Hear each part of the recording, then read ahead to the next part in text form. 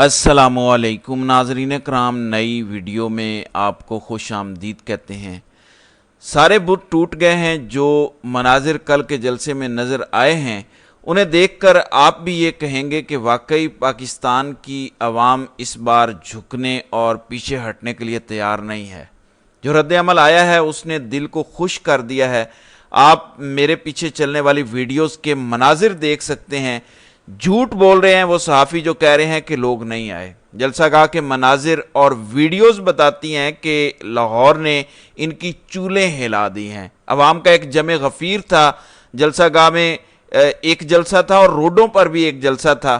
किसी की भी कामयाबी देखनी हो तो उसके लिए अवामी मोबिलाइजेशन को देखा जाता है। इन्होंने रात इंटरनेट ब्लॉक किया हुआ था, ख़ास तौर पर जलसागाह में, इसलिए लोग अब फुटेजेस शेयर कर रहे हैं। लोग तो बाहर सड़कों का हाल दिखा रहे हैं, जबकि ये जो रेमंड डेविस की औलाद है वो कहती है कि 2500-3000 हज़ार बंदा था। लोग बता रहे हैं वीडियोस में कि एक एक रोड पर 2500-3000 हज़ार बंदा तो वैसे ही फंसा हुआ था। वो लोग जो जलसागाह नहीं पहुंच पाए, ये उनकी सूरत हाल थी। पीटीआई ने इतने लोग होने के बावजूद पुरअमन जमात होने का सबूत दिया। पीटीआई ने सबूत दिया कि वो लड़ना नहीं चाहते किसी से। फिर अली अमीन गंडापुर के मनाजिर अगर आप देखें तो आपको पता चले कि बावजूद इसके कि लाइट्स बंद की गई, किस कदर लोग वहां मौजूद थे। पुलिस को तैयार किया गया था कि इनके जनरेटर्स उठा के भाग जाने हैं और हमने बिजली बंद कर देनी है, और फिर वही किया गया। अगर नाज़रीन इकराम जलसे में 2000 बंदा है या था तो जियो का कैमरा वहां लेकर जाते, ऑन करते सारी लाइटें और लोगों को दिखाते कि देखो 1500-2000 बंदा है। देखें, ये सोशल मीडिया का दौर है। आप 8 को 10 दिखा सकते हैं, 10 को 50 नहीं दिखा सकते। सोशल मीडिया का दौर है, झूठ बोला ही नहीं जा सकता। क्यों कंपनी का बयानिया फेल होता है? और उसकी वजह यह है क्योंकि कंपनी 8 को 50 दिखाने की कोशिश करती है, 17 को 120 बनाने की कोशिश करती है, तब पकड़ी जाती है। 17 को पहले 20 बनाया करते थे, पकड़े नहीं जाते थे। 8 का 10 करते थे, पकड़े नहीं जाते थे, अब पकड़े जाते हैं। अब आपको नाज़रीन इकराम एक तकरीर जो मुझे पसंद आई है वो दिखाता हूं, जो सलमान अकरम राजा ने एक बड़े पॉइंट की बात की है। ये जरा मुलाहिजा करें। अब वक्त आ गया है, अब वक्त आ गया है बहादुरी का, साबित कदमी का। हम एक इंतहाई खतरनाक और मक्कार दुश्मन से लड़ रहे हैं। 8 फरवरी साबित कदमी का। हम एक इंतहाई खतरनाक और मक्कार दुश्मन से लड़ रहे हैं। जी, मैं ज्यादा आपको सुनवाना नहीं चाहता, सिर्फ ये नुक्ता समझ लें कि ये इंतहाई मक्कार दुश्मन है। जैसे हम दूसरी तीसरी की किताबों में पढ़ा करते थे 1965 के हवाले से कि मक्कार दुश्मन ने रात के अंधेरे में हमला कर दिया। इस वक्त जो जमहूरियत का दुश्मन है, जो अवाम का दुश्मन है, इंसानी हुकूक का दुश्मन है, जो चादर चार दीवारी का दुश्मन है, ये बड़ा मक्कार दुश्मन है। ये बराबरी की सतह में मुकाबला करने पे बिलीव नहीं करता। ये आपके हाथ बांध के आपके सामने भी खड़ा होने से डरता है, लेकिन मक्कार है बड़ा ये दुश्मन।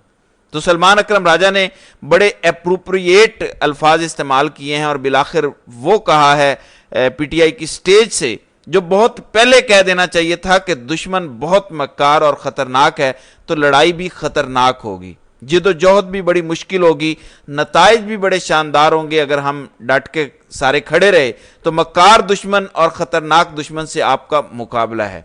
दूसरी जानिब अली अमीन गंडापुर ने एक पैगाम दिया है, मैं चाहता हूँ वो भी ज़रा आप सुने। बिस्मिल्लाहिर्रहमानिर्रहीम, इय्याका नअबुदु व इय्याका नस्तईन।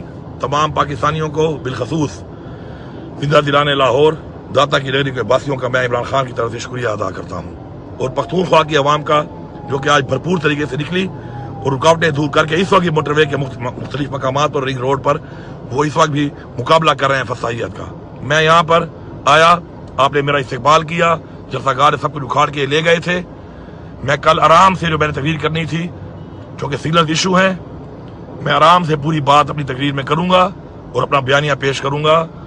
मगर मैं एक बात बड़ी क्लियर बता रहा हूं कि हम फॉर्म 47 की ना हुकूमत को मानते हैं, ना हम फॉर्म 47 की इस पार्लियामेंट की कोई आईनी तरमीम को मानते हैं, और नहीं जब तक हम जिंदा हैं हम कोई ऐसा इकदाम होने देंगे।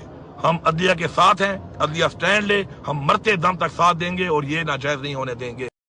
جی یہ وہ پیغام تھا جس کو روکنے کے لیے لائٹیں بند کی گئیں اور روکا گیا کہ کہیں ججز کے اندر بھی کوئی ایسی ہمت نہ پیدا ہو جائے کہ وہ سٹینڈ لے لیں, کیونکہ جب اتنا بڑا مجمع ہوتا ہے, جو جوشیلے تقریریں ہو رہی ہوتی ہیں اور وہاں سے یہ کہا جائے کہ ججز ڈٹ جائیں, ہم آپ کے ساتھ کھڑے ہیں, اور عوام کی لاکھوں کی تعداد نعرے لگا رہی ہو کہ ہاں جج سٹینڈ لیں اور ہمیں قاضی منظور نہیں ہے, اس کو روکنے کے لیے جلسہ گاہ سے جنریٹر اٹھائے گئے, لائٹس بند کی گئیں اور پولیس کا دھاوا بولا گیا.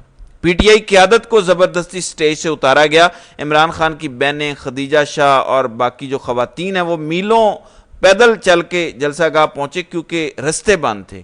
اس کے باوجود لوگوں کا ٹھاٹھے مارتا سمندر تھا. کیوں؟ جب آپ اتنی فستائیت کریں اس کا کچھ تو اثر ہونا ہے. یہ وہ بارش کا پہلا قطرہ ثابت ہوگا کہ خوف کے بت کڑک کڑک کر کے ٹوٹ گئے ہیں. عوام پر 9 مئی کے بعد ایک طرح سے ایٹمی حملہ کیا گیا تھا. سوشل میڈیا ایکٹیوسٹ کو اٹھایا گیا, سیاسی جماعت کے لوگوں کو اٹھایا گیا, ورکرز کو اٹھایا گیا, سوشل میڈیا پہ جو لوگ کام کر رہے تھے ان کے گھر والوں کو اٹھایا گیا. ایک دم ایسی یلغار تھی کہ عوام ہکی بکی رہ گئی. ایک ایسا اٹیک تھا لیکن عوام سہ گئی, ریزسٹ کر گئی, کھڑی ہو گئی, اور آج عوام جیتنا شروع ہو گئی ہے. آج ریٹیلیٹ کر رہی ہے عوام اسی لاہور میں, جبکہ کور کمانڈر کے گھر میں صرف سناٹا اور خاموشی ہے. عمران خان کا نام لاہور میں ہر گلی ہر کوچے میں گونج رہا ہے. جس کور کمانڈر کے گھر کی بنیاد بنا کے پاکستان کے سب سے بڑے ہیرو اور سب سے بڑی سیاسی جماعت کے سربراہ اور اس کی پارٹی کے خلاف تاریخ کی سب سے گندی فستائیت کی گئی, آج اس کا نام ہر گلی ہر کوچے میں گونج رہا ہے.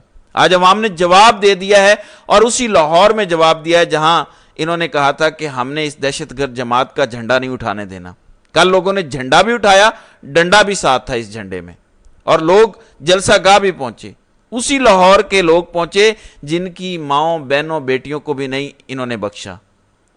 کل لوگوں نے پہنچ کے دکھایا اور انہیں جواب دیا, اس لیے یہ بخلا گئے ہیں.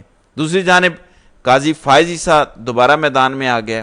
اس نے اپنے رجسٹرار سے 9 سوالات پوچھ لیے ہیں. یہ جو مخصوص نشستوں کے کیس کا پہلے فیصلہ آیا تھا, اس کے بعد جو ابھی سیکنڈ فیصلہ جاری ہوا ہے, جو الیکشن کمیشن سے سوال پوچھا گیا تھا, اس پر قاضی صاحب کو اعتراض ہے. اس پر قاضی نے 9 سوال اٹھا دیے ہیں, اور کیا ہی سوال پوچھے ہیں قاضی صاحب نے. یعنی ان کے سوالوں سے ان کا اپنا پاگل پن شو ہوتا ہے. کہتے ہیں کہ الیکشنز کب فائل کی گئے, یہ اپلیکیشنز کب فائل کی گئیں, یہ اپلیکیشنز کمیٹی کے سامنے کیوں نہیں رکھی گئیں, ان اپلیکیشنز کی ہیئرنگ کہاں پہ ہوئی, کاز لسٹ کیوں نہیں جاری ہوئی, نوٹس کیوں نہیں کیا گیا اٹارنی جنرل کو, پھر فیصلہ کیوں نہیں آپ نے سنایا آ کے کھلی عدالت میں, پھر کہا گیا کہ فیصلہ سنانے کے لیے کاز لسٹ کیوں نہیں جاری کی گئی, اور اس طرح کی باتیں لکھی ہوئی ہیں. اس کا جواب آرڈر میں موجود ہے کہ کوئی بھی مسئلہ ہو, کوئی بھی کلیریفیکیشن دینی ہوگی پی ٹی آئی کو یا کسی کو, تو وہ اپلیکیشن ڈالے گا عدالت میں, جو انہی 8 ججز کے سامنے رکھی جائے گی. اب آپ مجھے بتائیں ججز کی کمیٹی کا کیا کردار رہ جاتا ہے جب 8 ممبر بینچ کہہ چکا ہے کہ جو درخواست آئے گی وہ اسی کمیٹی کے سامنے رکھی جائے گی. تو یہ 8 ممبر بینچ اس کمیٹی سے اوپر ہے. کمیٹی تو وہ کیس جو نیا کیس ہوتا ہے اس کے اوپر آتی ہے, یا 183 کی کوئی نئی درخواست ہو. اسی فیصلے پر اب کلیریفیکیشن مانگی گئی تھی الیکشن کمیشن نے, کیونکہ مانگی تھی. اب کیونکہ پی ٹی آئی نے کلیریفیکیشن مانگی ہے, اس پر قاضی صاحب نے یہ گیم ڈال دی ہے. تو کھیل بڑا دلچسپ ہو چکا ہے. تو دیکھتے ہیں کہ آگے آگے ہوتا ہے کیا. تو ناظرین کرام, آپ کی اس ویڈیو کے حوالے سے کیا رائے ہے, آپ اپنی رائے کا اظہار کامنٹ سیکشن میں ضرور کیجئے گا.